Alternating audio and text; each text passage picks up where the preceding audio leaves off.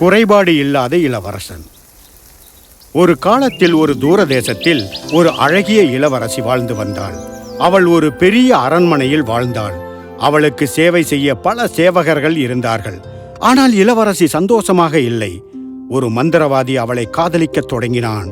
குரூர எண்ணம் கொண்ட மந்திரவாதி எப்படியாவது இளவரசியை அடைந்துவிட வேண்டும் என்று துடித்தான். அவன் இளவரசி முன்னால் வந்து தன்னை ஒரு பெரிய பூனையாக மாற்றிக்கொண்டு இளவரசி போகும் இடமெல்லாம் அவளை பின்தொடர்ந்து சென்றான். ஒரு இளவரசனால் மட்டும்தான் அந்த சாபத்தை உடைக்க முடியும். அனைத்து வித்தைகளையும் கற்ற ஒரு இளவரசன் அந்த பெரிய பூனையின் வாளை மிதிக்க வேண்டும். அப்போதுதான் இளவரசி மந்திரவாதியிடமிருந்து விடுதலை பெற முடியும். அந்த இளவரசன் வெகு தூரத்தில் இல்லை. அவனும் இளவரசியின் அழகை பற்றி கேள்விப்பட்டிருந்தான். இது மிகவும் பயங்கரம். இளவரசி விடுதலையாக வேண்டும். அமைச்சரே, நான் அங்கு செல்வதை யாரிடமும் சொல்ல வேண்டாம். அந்த பூனை எச்சரிக்கை ஆகிவிடும். அந்த மந்திரவாதி ஆழ்ந்த உறக்கத்தில் இருக்கும்போது அவன் வாளை நான் மிதிக்கப் போகிறேன். அதன்படியேதான் அனைத்தும் நடந்தது. அன்று இரவு அந்த மந்திரவாதியான பூனை ஆழ்ந்த உறக்கத்தில் இருந்தது. அப்போது திடீரென்று இளவரசன் அந்த பூனையின் வாளை மிதித்தான். உனக்கு என்ன துணிவு? உடனே இளவரசியை விட்டு நீ விலக வேண்டும். இது எனது ஆணை. அவளை விடுவிக்கிறேன். ஆனால் உன்னை யார் விடுவிப்பது?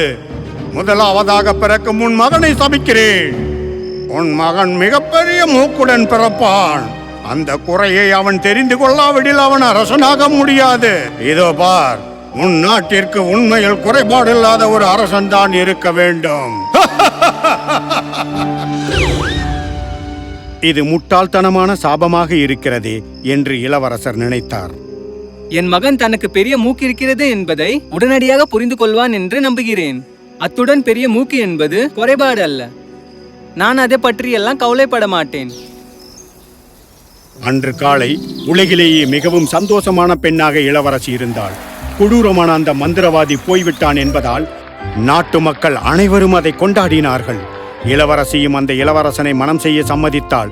அழகான இளவரசியை திருமணம் செய்து கொள்ளும் சந்தோஷத்தில் இளவரசன் மந்திரவாதியின் சாபத்தை மறந்தே விட்டான். அதை பற்றி யாரிடமும் சொல்லவும் இல்லை. வருடங்கள் உருண்டோடின. இளவரசி இப்போது ராணியாகிவிட்டாள். தனது முதல் குழந்தையை பெற்றெடுத்தாள்.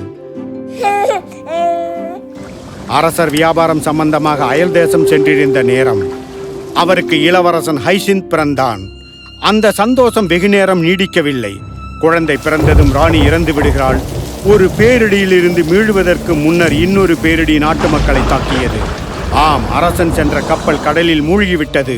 இப்போது அரியணை ஏறும் உரிமை இளவரசன் ஹைசிந்திற்கு மட்டுமே இருந்தது. ஆனால் ஏதோ ஒரு குறைபாடு இளவரசனிடம் தெரிந்தது. கடவுளே, இது என்ன மூக்கா? முகத்தில் பாதியை மூடி இருக்கிறது. ஓ, அவ்வாறு சொல்லாதே. எதிர்கால அரசனாகும் குழந்தை பெரிய மூக்கு இருக்கும் விஷயத்தை நாம் அவனிடம் சொல்லக்கூடாது. எக்காரணம் கொண்டும் நாம் இளவரசனுக்கு தர்ம சங்கடமான ஒரு சூழலை உருவாக்க கூடாது. இதை அவர் உணராமல் பார்த்து கொள்ள வேண்டியது நமது கடமையாகும். அதனால் அமைச்சர்களும் சபை உறுப்பினர்களும் இளவரசரின் முகத்தில் இருக்கும் பெரிய மூக்கு குறைபாட்டை மறைத்து விடுவது என்று முடிவெடுத்தார்கள். அரண்மனை சுவற்றில் இருந்த சாதாரண மூக்குள்ள அனைத்து படங்களும் அப்புறப்படுத்தப்பட்டன. சேவகர்கள், சமையல்காரர்கள், பாதுகாவலர்கள் அனைவரும் எச்சரிக்கப்பட்டனர். பெரிய மூக்குள்ள குறைபாட்டை ஒருவரும் சொல்லக்கூடாது என்று. இளவரசனுக்கு இருக்கும் பெரிய மூக்கை அனைவரும் பெருமைப்படுத்தி கூறினார்கள். பள்ளியிலும் ஆசிரியர்கள் வரலாற்றை மாற்றினார்கள். மூக்கு பெரிதாக உள்ள வீரர்களை பற்றியே பாடம் இருந்தது. அவர்கள்தான் மாவீரர்கள் என்று போற்றப்பட்டனர். சாதாரண மூக்குடைய அனைவரையும் பார்த்து சிரித்தனர். அமைச்சர்கள் தங்களால் முடிந்த அளவு அனைத்தையும் செய்தனர். அரண்மனைக்கு அழகாக வரும் ஆண்கள் அனைவரையும் செயற்கையாக பெரிய மூக்கு பொருத்திக் கொள்ளும்படி மந்திரிகள் கேட்டுக்கொண்டனர். இளவரசன் வளர்ந்தான். தன் பெரிய மூக்கை பற்றி அது பாராட்டுக்குரியதாகவும் பெருமைக்குரியதாகவும் நினைத்துக் கொண்டான். குறைபாடு மறைக்கப்பட்டது. மாட்சிமை தாங்கிய இளவரசரே, தங்களுக்கு முடிசூட்டும் நேரம் வந்துவிட்டது. ஆனால் நீங்கள் விதிகளை தெரிந்து கொள்ள வேண்டும். உங்களுக்கு திருமணம் நடந்தால் நீங்கள் அரியணை ஏற முடியும் என்பது மரபு. எனக்கு புரிந்தது அமைச்சரே. பெஸ்போர்ட் அரசரின் மகளை நான் மனம் புரிந்து கொள்ள எனக்கு பெண் கேட்க வேண்டும். உண்மையில் அவள் அழகிய இளவரசிதான். அவளுக்கு சிறிய மூக்குதான் உள்ளது. ஆனால் எனக்கு பெரிய இதயம் உள்ளது. அவளது குறைபாட்டை நான் ஏற்றுக்கொள்கிறேன். மிகவும் நல்லது இளவரசே. நான் அதற்கான ஏற்பாடுகளை இப்போதிருந்தே செய்கிறேன். அமைச்சர்களுக்கும் சபை உறுப்பினர்களுக்கும் இளவரசரின் மூக்கை பற்றி பொய் சொல்வது பழகிய ஒன்றாகிவிட்டது. அதனால் அவர்கள் இந்த குறைபாட்டை பெஸ்போர்ட் அரசனிடம் தெரிவிக்கவில்லை. அரசனும் திருமணத்திற்கு சம்மதித்தார். ஆனால் அதன் பிறகு இளவரசே, பராக்கிரம இளவரசே, பெஸ்போர்ட்டின் இளவரசி ஏதோ சிக்கலில் இருக்கிறாள், ஏதோ ஒரு சாபத்தின் பிடியில் இருக்கிறாள் என்று நான் கேள்விப்பட்டேன். ஒரு பளிங்கு மாளிகையில் பிணைக்கைதியாக இருக்கிறாள். இப்போது பெஸ்போர்ட்டில் அவளது உரிமை கிடைக்க வேண்டும். என்ன? அவருக்கு என்ன துணிச்சல்! நமது படையை தயாராக்குங்கள். நானே சென்று என் இளவரசியை மீட்டு வருகிறேன். அவ்வாறு வீரருடன் இளவரசர் புறப்பட்டு சென்றார்.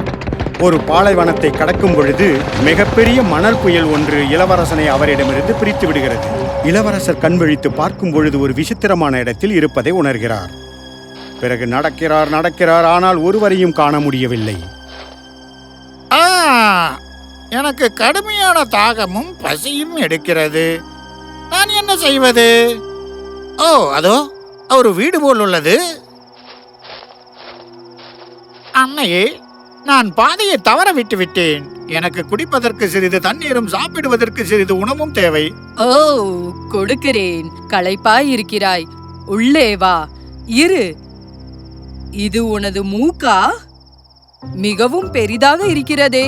நான் இதுவரை இது போன்ற ஒரு மூக்கை இறந்தவனிடமோ உயிரோடு இருப்பவனிடமோ பார்த்ததே இல்லை. என்ன? திடீரென்று இவள் அதிகமாக பேசுகிறாள். என் மூக்கும் பெரிதானதாக இல்லை, இவள் மூக்குதான் மிகச்சிறியதாக இருக்கிறது.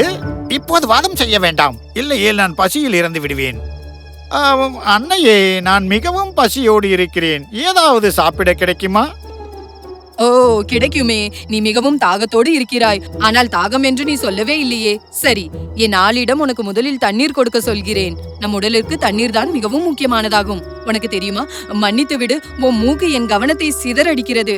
எப்போதும் இது இப்படிதான் பெரிதாக இருக்குமா? ஏன் இன்னும் வெளியில் நிற்கிறாய்? களைத்திருக்கிறாய். உள்ளே வர வேண்டாமா? இதோ வருகிறேன். நான் உங்கள் வீட்டிற்கு பசியோடும் வரும் ஒரு விருந்தாளி. அதனால் நீங்கள் தண்ணீர் கொடுப்பதற்கு முன்னர் என் மூக்கை பற்றி பேச வேண்டாம் என்று கருதுகிறேன். தம்பி, நீ அதிகமாக பேசுகிறாய். பேசாமல் வா. நான் அதிகமாக பேசுகிறேனா? நானா? அடக்கடவுளே, எல்லாம் இந்த பசியால் வந்த கொடுமை. இளவரசர் குடிசைக்குள் நுழைந்தவுடன் ஆச்சரியப்பட்டார். குடிசை முழுவதும் பழம்பெரும் பொக்கிஷங்களால் அலங்கரிக்கப்பட்டிருந்தது. செல்வச் செழிப்பாக இருந்தது. ஒரு கணம் பின்வாங்கினார். இது உங்கள் வீடா? அரண்மனைக்கு குறைந்ததாக இல்லையே. ஆமாம், யார் நீங்கள்? ஓ, நான் என் வீட்டை இழந்ததால் எனக்கு இதை கட்டினேன். ஒன்று தெரியுமா? நான் தூர தேசத்து ராணியாவேன். சில வருடங்களுக்கு முன் நான் வேட்டைக்கு வந்தபோது வழியை தவறிவிட்டேன். நல்ல வேளை என்னிடம் சிறிது நகைகளும் என் நம்பிக்கைக்குரிய ஒரு ஆளும் இருந்தான். அது ஒரு வேடிக்கையான கதை. நான் எப்போது என் பாதையிலிருந்து தவறி அடர்ந்த வனத்திற்குள் வந்தேன் என்பது இதுநாள் வரை புரியவில்லை. நான் வெளியே வந்தபோது இந்த இடத்தை கண்டேன். பிறகு என் கதையை என் ஆளிடம் சொன்னேன். ஒரு அரசனையும் மாபெரும் உருவமுள்ள மிக பெரிய பூனையையும் பற்றிய கதை. ஆனால் ஒன்று, அந்த பூனையோடு உன் மூக்கை ஒப்பிடவே முடியாது. ஓ, என் மூக்கு பற்றின பேச்சை எப்போதுதான் நிறுத்துவாளோ? இவள் பணியாட்களுடன் வீண் அரட்டை அடிக்கும் போதுதான் இந்த கெட்ட பழக்கம் வந்திருக்கும். இப்படி அதிகமாக பேசும் குறைபாட்டினால் தான் அவள் இந்த இடத்திற்கு வந்திருப்பாள் என்று தெரிகிறது. அந்த பூனையையும் இளவரசியையும் பற்றி நீ தெரிந்து கொள்ள வேண்டுமா? கொஞ்சம் விரைவாக சொல்கிறேன். ஆர்வமாக உள்ளாய். அந்த பயங்கரமான பூனை உண்மையில் மந்திரவாதிதான். அந்த வாளை மிதித்த இளவரசனுக்கு சாபமிட்டு விட்டது. இப்போதுதான் புரிந்தது. இந்த அரசியின் குறைபாட்டை இவள் பணியாட்கள் மறைத்துள்ளனர். இவள் அதிகமாக பேசுவதை எவரும் சுட்டிக்காட்டவில்லை போல் இருக்கிறது. என்ன அறிவீனம்! இவளது குறைபாடு எப்படி மற்றவர்களுக்கு தெரியாமல் போனது? நான் சொல்வதை கேட்கிறாய் அல்லவா? உன் மூக்கு உனக்கு எப்படி இடையூறு இல்லாமல் இருக்கிறது? இப்போது இளவரசருக்கு பசி போன இடமே தெரியவில்லை. உணவை தூக்கி போட்டார். அன்னையே, என் மூக்கை பற்றி பேசுவதை தயவு செய்து நிறுத்துங்கள். அவமானமாக இருக்கிறது. நீங்கள் கிளி போல் பேசுகிறீர்கள் என்று நான் சொன்னேனா? அல்லது உங்களுக்கு மிகச்சிறிய மூக்குள்ளது என்று சொன்னேனா? என் மூக்கு என்னை அழகாக்குகிறது. அதில் பெருமை கொள்கிறேன். உங்கள் உணவிற்கு நன்றி. நான் இப்போது என் இளவரசியை தேடுவதற்கு செல்கிறேன். ஓ உன் பெரிய அரண்மனையில் ஒரு சிறிய கண்ணாடி கூட இல்லையா? ஒருவேளை பளிங்கு மாளிகையில் இருக்கும் இளவரசியை நீ பார்த்தாலும் அவள் சாபத்தை போக்க அவளது கையில் நீ எவ்வாறு முத்தமிடுவாய்? அப்போது உன் அழகான மூக்கு முன்னால் வராதா என்ன? உன் முகத்தில் இருக்கும் இந்த பிரம்மாண்டத்தை வைத்துக்கொண்டு உன்னால் உன் பாதங்களையே பார்க்க முடியாது. நான் நல்ல மரியாதையான இளவரசன். இந்த அற்ப விஷயத்திற்கு உங்களிடம் தர்க்கம் செய்ய எனக்கு விருப்பமில்லை. நான் இப்போதே இங்கிருந்து புறப்படுகிறேன். விசித்திரமாக இருக்கிறதே, உண்மையை தான் கூறுகிறாள். என் பாதத்தை என்னால் பார்க்க முடியாது. ஆனால் பராக்கிரம அரசர்களுக்கும் அரசிகளுக்கும் இதுதானே இருந்தது. இவளுக்கு என்ன தெரியும்? அவளே உணர்ந்து கொள்ளாமல் சாபத்தை உடைக்கும் வழியே என்னிடம் உளறியவள் தானே. போகும் வழியில் இளவரசர் ஒரு கடைவீதியை கடந்தார். அப்போது இளவரசரின் மூக்கை பார்த்து பலர் சிரித்துக் கொண்டே போனார்கள். என்ன வினோதம் இது? அனைவருக்கும் சிறிய மூக்குதான் இருக்கிறது. அனைவரும் என்னை விசித்திரமாக பார்க்கிறார்கள். இந்த நாடே விசித்திரமானதுதான். ஆனால் கடைவீதியை கடக்கும் பொழுதுதான் இளவரசருக்கு சந்தேகம் துளிர்க்க ஆரம்பித்தது. அனைவருக்கும் சிறிய மூக்கு இருக்கிறது, ஆனால் ஒருவருமே அசிங்கமாக தெரியவில்லை. பளிங்கு மாளிகையை அடைந்ததும் வெளியிலிருந்து இளவரசியை கூப்பிட்டார். இளவரசியே, நான் வந்துவிட்டேன். இளவரசன் ஹைசிந்த், உன்னை நான் காப்பாற்ற வந்துள்ளேன். ஓ, நீங்கள் வந்து விட்டீர்களா? சரி, அது என்ன உங்கள் முகத்தில்? அது உங்கள் மூக்கா என்ன? உனது சிறிய மூக்கின் பெருமையை பிறகு நாம் பேசுவோம். முதலில் சாபத்தை உடைக்கிறேன். இளவரசர் அரண்மனை சுவற்றின் மீதேறி இளவரசியின் கையை பற்றினார். அவளுக்கு முத்தம் கொடுக்க முயலும் பொழுது அவரது உதடு அவள் கையில் பட முடியவில்லை என்பதை உணர்ந்தார். என்னை மன்னித்து விடு இளவரசி. என்னால் சாபத்தை உடைக்க முடியாது. இதை நான் உணரவே இல்லை. உண்மையில் என் மூக்கு பெரியதுதான். இந்த மூக்குதான் சரியானது என்று என் நாடு என்னை நம்ப வைத்தது. ஆனால் இது ஒரு குறைபாடு. இதனுடனேயே நான் இவ்வளவு நாள் வாழ்ந்துள்ளேன். யார் நீயா? நீதானே நிற்காமல் என் மூக்கை பற்றியே பேசிக் கொண்டிருந்த அந்த முதியவள்? இங்கு எப்படி வந்தாய்? உனது வேலையாட்கள் எங்கே? நான் இளவரசி இல்லை இளவரசனே. உன் குறைபாட்டை நீ பார்க்க வேண்டும் என்றுதான் நான் மாறியிருந்தேன். உனது நாடு ஒரு மந்திரவாதியால் சபிக்கப்பட்டிருந்தது. நீ அரசனாக வேண்டுமென்றால் உன் குறையை நீ ஏற்றுக்கொள்ள வேண்டும் என்பதுதான் சாபம். இப்போது அந்த சாபத்தை உடைத்து விட்டாய். நீ இன்னும் உன் மூக்கை பார்க்கவில்லையா இளவரசே? ஏன்? என் மூக்கு ஓ இப்போது சாதாரண அளவாகிவிட்டது. இப்போது என்னிடம் எந்த குறைபாடும் இல்லை. இல்லை குழந்தாய், நாம் எல்லோரும் குறை உள்ளவர்களே. நீ சாபத்தை உடைத்ததால் உன் மூக்கு சிறிதாகவில்லை. உண்மையில் சுய அன்பு என்பது மிக முக்கியம். ஆனால் நமக்கு குறைபாடு உள்ளது என்று தெரிந்தால் அதை பெரிதாக எண்ணுகிறோம். உண்மையில் நம் குறைபாட்டை உணர்ந்த பிறகுதான் நமக்கு வேண்டியதை நாம் சாதிக்கிறோம். உதாரணத்திற்கு, நீ இளவரசியை தேடியது, பிறகு சாபத்தை உடைத்து நீ குறைபாட்டை நீக்கியது. இப்படி நம் குறைபாடுகளை காணும்போதுதான் நாம் உண்மையில் குறைபாடு அற்றவர்களாகிறோம். இளவரசரும் இளவரசியும் அவர்கள் நாட்டிற்கு சென்று திருமணம் செய்து கொள்கிறார்கள். உண்மையில் அந்த நாடு ஒரு குறைபாடு இல்லாத அரசரை கொண்டுதான் ஆட்சி செய்கிறது.